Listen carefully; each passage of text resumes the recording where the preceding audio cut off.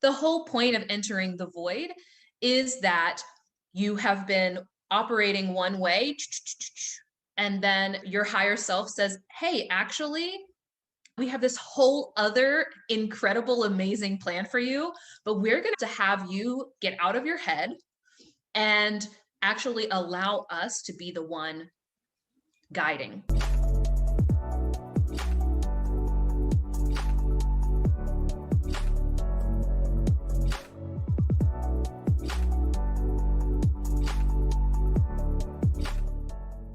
So as I am being a guardian angel and looking over each of you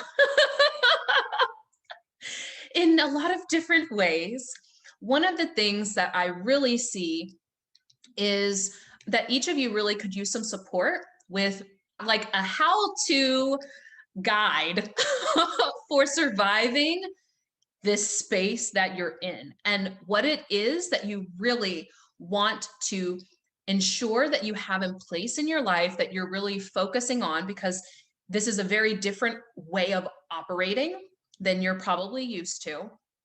The whole point of entering the void is that you have been operating one way, and then your higher self says, hey, actually, we have this whole other incredible, amazing plan for you, but we're going to have you get out of your head and actually allow us to be the one guiding. It can be scary. It can feel destabilizing. You can feel so unsure. You can feel like nothing makes sense. I promise you that there is sense to be found here. I want to focus on where you can find that sense and how you can really develop that and have this be a really amazing, beautiful process and not so heavy and miserable type of energy. So the title of our transmission today is Surviving, not just surviving, but thriving through the void. I'm putting words to it, but there is much more that you are experiencing of it, even on subtle dimensions. There's no way that I can explain the void and ever really be done. And like, oh, I have it defined. The void by definition is undefinable. So the experience of the void can begin to show up certain point in your life where everything that you believed to be true begins to shatter.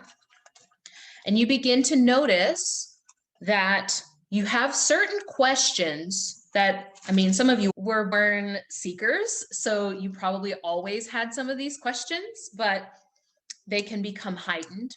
You begin to ask questions around, what am I here for? What is the purpose of all of this? What am I supposed to be doing? Does that sound familiar for any of you all? It can also manifest in your physical reality as things looking like they start falling apart. So relationships that you thought were really solid all of a sudden can seem to just be disintegrating. It could be your business, or it could be certain friendships. It can be your health, but you'll start to notice that it seems like things are just falling apart and there's not really an amount of efforting that you can do that holds them together. But that doesn't mean that you don't try. Part of it will be like this constant feeling of trying to fit in a box or trying to fit in a skin that doesn't really fit anymore. The void really presents itself as an opportunity to cocoon. And I don't mean cocoon in that you completely like go into hiding, even though that is what you will want to do. You likely will either experience either I want to completely disconnect and I want to run away to a convent, or I want to go run away to some mountaintop somewhere where everyone could just leave me alone. Or it can manifest as I want to avoid it as much as possible, distract yourself, etc. The void is calling on you to be present where you are. I see a lot of people entering into the void and they do literally run away completely and don't come back to reality. The reason why it's important to come back to reality is that you came to have a human experience, whether you realize it or not. Even if you were an alien before this, now you is human. And so being human is part of it, okay? This is not to say that you cannot go, have a silent retreat or even go off and, run off to Bali and like completely disconnect totally. But even if you're going to do that, it's really important, especially for where we're moving in terms of society. It's very important that we have very grounded spiritual leaders. So this grounded embodied piece is so important as you are in the void. I want you to reflect on for just a minute, literally just a minute, because you're going to know. Is there anywhere where you're trying to just completely run away in your life, completely disconnect, or distract yourself? Don't judge yourself about that. It's a very common, completely understandable human thing to try to avoid pain. Human nature tries to avoid pain and discomfort. So one of the things that we can do in this void state is to try, and because we become aware of certain things, we will typically try to cut off relationships without it always being necessary. Now, I'm not going to say there are some of us who have, maybe we were being in an abusive type of relationship, maybe not even a significant other, but it could be, a sibling or a parent or a friend. And our first instinct is, because now we're becoming aware of it, now we're becoming aware of how that's affecting us, etc. We want to just snip. And before we know it, everything is just like disintegrating and have cut ourselves off from everyone. Again, this is not to judge yourself, but it also doesn't have to be that way. Here is why. There is a difference between boundaries and expectations.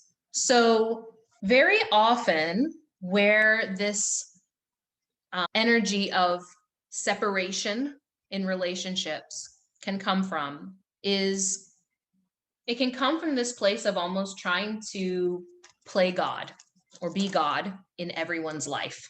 That's the harsh way of of saying it, but it's a very real thing. So oftentimes, whenever we become awake, we develop spiritual ego. That's a thing. Because now we're woke and they are not. We always have to be on the lookout for, am I trying to make others fit into what I think they should be or how I think they should behave? Most of us have been in the spiritual space or in the personal development space. We talk about creating the life that we desire. We think that means we literally just like, oh, you're doing something I don't like, snip. So when we are coming with this energy of expectation, of I think you should, see that word there, should, my brother should da da da da da, or my husband should da da da da da, or my wife should, or my son, or my clients.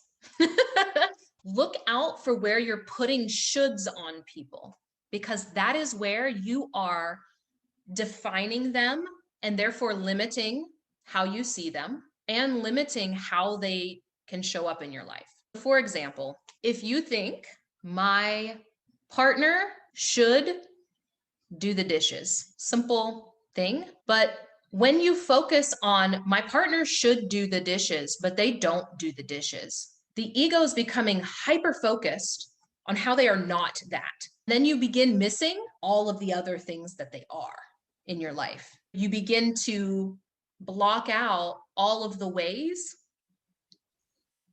that they are showing up in your life that is actually serving you in your growth and challenging you, et cetera, et cetera. This also ties into another key pillar of our topic today, which is that the void, or your coming out on the other side, stepping into your highest calling, happens through the process, not through the knowledge. So in a practical way, what that looks like is that if you had, let's use another example. If you have a child and you're teaching them how to do the dishes, they don't learn through you saying, well, you do this, then you do that, then you do this, then you do that. That's the knowledge piece. They learn through the process of it. So even in this space right now, what is even more important than the knowledge that I'm transmitting to you is that you're in a space. It's the structure of the space and the unfolding that's going to happen in your real life. That's how the void works. So do you see how this also applies to the relationships that you have?